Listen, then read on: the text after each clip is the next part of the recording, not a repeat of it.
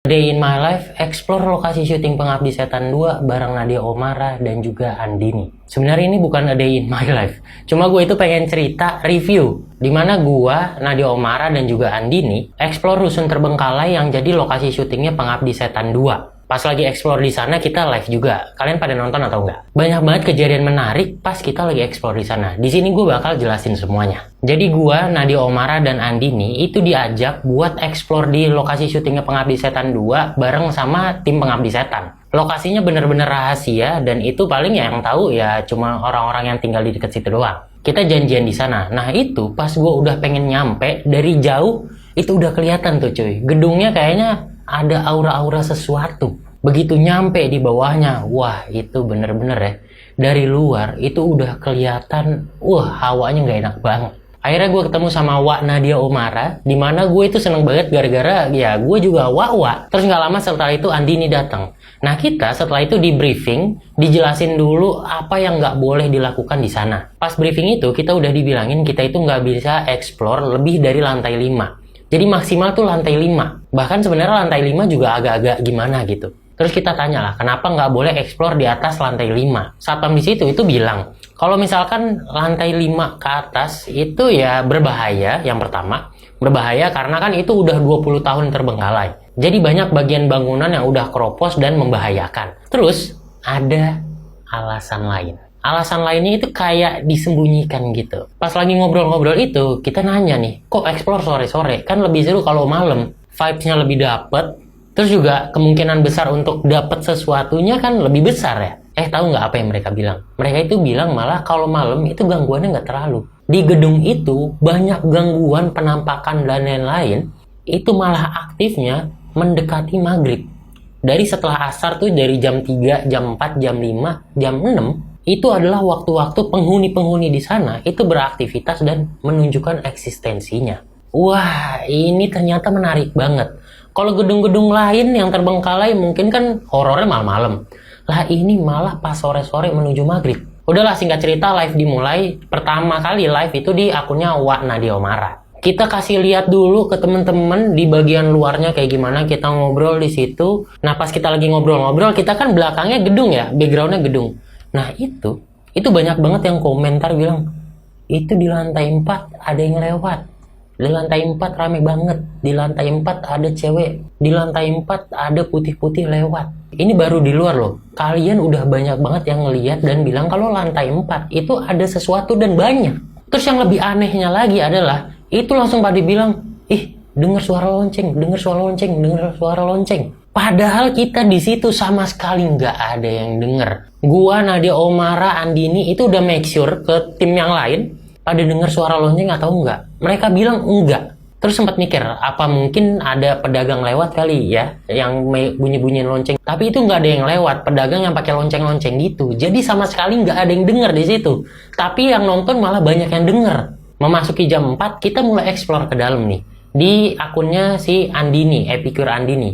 Susah banget namanya. Begitu kita masuk ke dalam, hawanya langsung beda. Di luar sama di dalam itu beda banget hawanya. Padahal banyak angin juga di situ. Cuma ini hawanya pengap, terus kayak sesak gitu. Kita itu explore dari lantai 2 sampai lantai 4. Kita mulai dari lantai 2 dulu tuh. Kita muter, kita liatin semua, terus kita ke lantai 3. Ke lantai 3 kita muter lagi, terus kita sempat ngobrol dulu dan ngasih kesempatan buat kalian yang nonton live pada saat itu. Kita bertiga itu diem, keluar dari frame supaya kalian itu bisa ngeliat dan ngerasain. Atau mungkin kalian bisa dapat sesuatu ada yang lewat. Pas di situ itu juga banyak yang bilang suara lonceng lagi kedengeran. Itu sama sekali kita dari siang sampai sore sampai selesai itu sama sekali nggak ada suara lonceng. Setelah itu kita naik lagi ke lantai 4. Nah pas di lantai 4 ini nih, gue itu ngerasa di punggung gue itu langsung panas dan berasa badan gue itu lebih sesek. Kayak kita itu datang ke suatu tempat yang rame banget orang. Jadi kayak kehimpit-himpit gitu. Oh ya, gue juga lupa.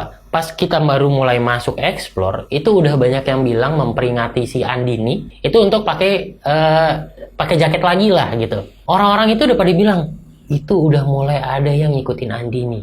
Ada cowok yang ngikutin di belakang Andini. Karena banyak banget yang bilang kayak gitu, akhirnya si Andini pakai jaket lah. Terus kita mulai explore lagi. Pas nyampe di lantai 4 itu, begitu gue ngerasain ini gue panas, terus juga gue lebih sesak, Andini juga ngerasain hal yang sama. Dia juga ngerasa di punggungnya panas dan dia juga ya sesak gitu. Kita kan masuk ke dalam satu ruangan, terus keluar. Wak Nadia Oomara duluan keluar. Pas dia baru keluar ruangan, tiba-tiba langsung astagfirullahalazim. Ternyata Wak Nat itu bilang kalau dia itu ngelihat ada yang lewat di balik lift, tempat lift. Cuma Wak Nat itu bener-bener jelas ngelihat ada yang lewat. Udah tuh kita explore lagi, turun tangga. Nah pas turun tangga, kita kan ngobrol-ngobrol lagi ya di tangga. Nah itu, wah itu gue juga asli ngelihat banget. Dari ujung tangga sini, gue itu bisa ngelihat ke ujung gedung sebelah sana tuh. Itu masih satu gedung ya, tapi sisi sana. Mungkin 2 atau 3 lantai di atas tempat gue berdiri pada saat itu, gue ngelihat ada yang lewat juga. Ada sosok putih yang lewat gitu di sana. Padahal itu gedung kosong 20 tahun, yang tinggal paling juga cuma 5 orang dan itu cuma di lantai 1 doang. Jadi di lantai 2 ke atas itu emang bener-bener kosong dan nggak boleh dinaikin sebenarnya. Tapi itu gue ngelihat ada yang lewat di sana. Udah di sesi live yang terakhir ketiga itu di akun gua, kita ngobrol sama orang yang tinggal di situ. Kita ngobrol di paling bawah, di lantai paling bawah, di tempat kerjanya dia. Mas Rival yang tinggal di situ, itu kerjanya bikin frame foto. Kita itu live di sana, duduk, dan di belakang kita itu lorong kosong, dan di ujungnya tuh gelap banget. Pas lagi pengen siap-siap wawancara, gue itu tuh kayak ngerasa, ini kok gue itu seperti dipanggil-panggil atau kayak diajak buat terus ngelihat ke arah belakang. Ya udahlah, setelah itu cerita, Mas Rival itu cerita pengalaman-pengalamannya dia, teman-temannya dia, istrinya gitu. Dan itu serem-serem banget pengalamannya. Ada yang temennya itu malam-malam sekitar jam 8 atau jam 9 malam, dia kan di lantai 1 ya kamarnya, bukan di lantai dasar.